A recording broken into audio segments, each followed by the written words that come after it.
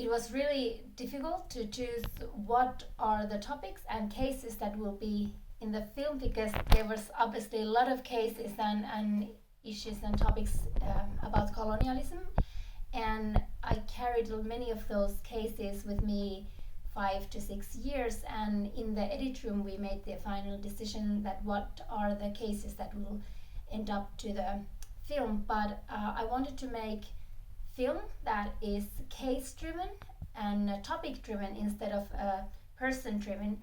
So it was in that case it was easier to choose some situations and scenes instead of following people's life.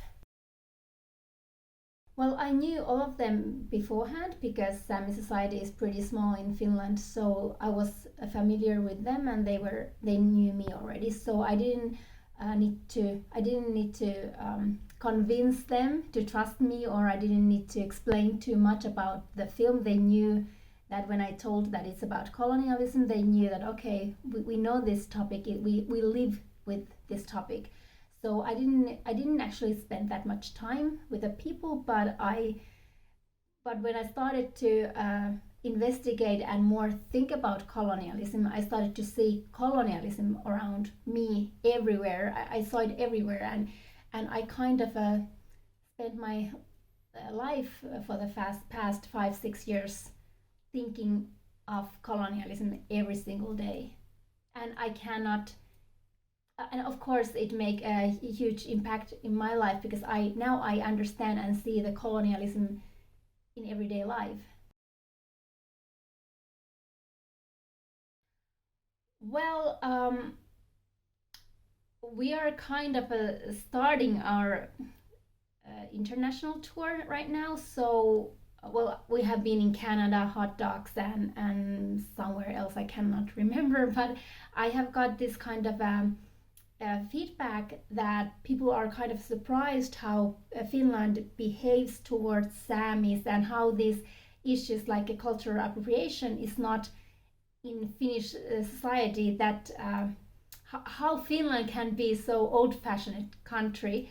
And of course, Samis who are not living in Finland but Norway, Sweden, and so on, they have understood very well the film, and they have felt the same feelings, and it's also for them, they can also relate to this topic and feel that this is very important. So I have got that kind of feedback, but I think it's been pretty well received internationally as well, which I'm happy about. Oh, that's a big question. What I hope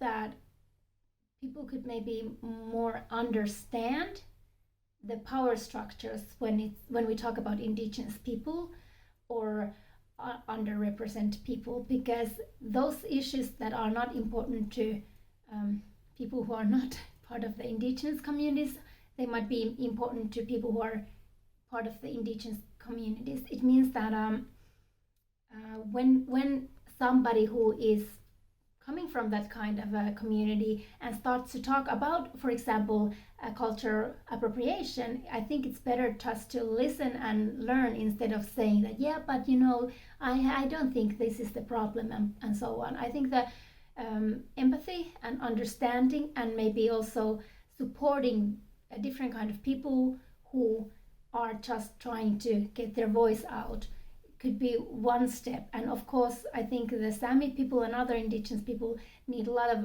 love and support from non-indigenous people, so we could fight and also protect our nature and land, and also it means life. Yeah, I know it's a little bit difficult, but it's such a big question. Yeah, it depends on what is the country. If people are interested about the issues of colonialism in Sami land, in Sweden, for example, or in Norway, there's a lot of information, and I think the Sami parliaments could help. And also there's a lot of institutions who could help, and also Sami activists, Sami politics, Sami artists could bring the message. But if you are a person from, let's say, Germany or somewhere where it's not Sami people in the society, then it's maybe a little bit more difficult, because in the internet you will find disinformation as well. So I'm not actually saying that please Google us, please don't. It's maybe more like I don't know. This is a tricky question, and it's something that maybe European Union should also answer. And I know that Sami Council has been working together with the European Union only to promote Sami people and their culture and life. So maybe be critical about the source where you find the information, to make sure that it's like real information, it's like official information. And Sami parliaments in Finland, Norway, and Sweden also promote materials and information in English as well. And there is some kind of links where you can find the information. But I know that Sami artists, for example, go to the European cities, and they could also talk about these issues as well. So be critical about the sources is maybe number one, and then second is be interested and look for the right sources. Well, I'm working on with the several projects, and let's see what will go to the production. We are now currently we are developing a film about repatriation, and it's kind of a continues the topics that Eatnameamet, our silent struggle, is now dealing, but it's more philosophical. It's more going to the personal level and individual's level. But let's see if that will manage or not. We are pitching this film in Nordisk Forum, so let's hope that the funders will like the project.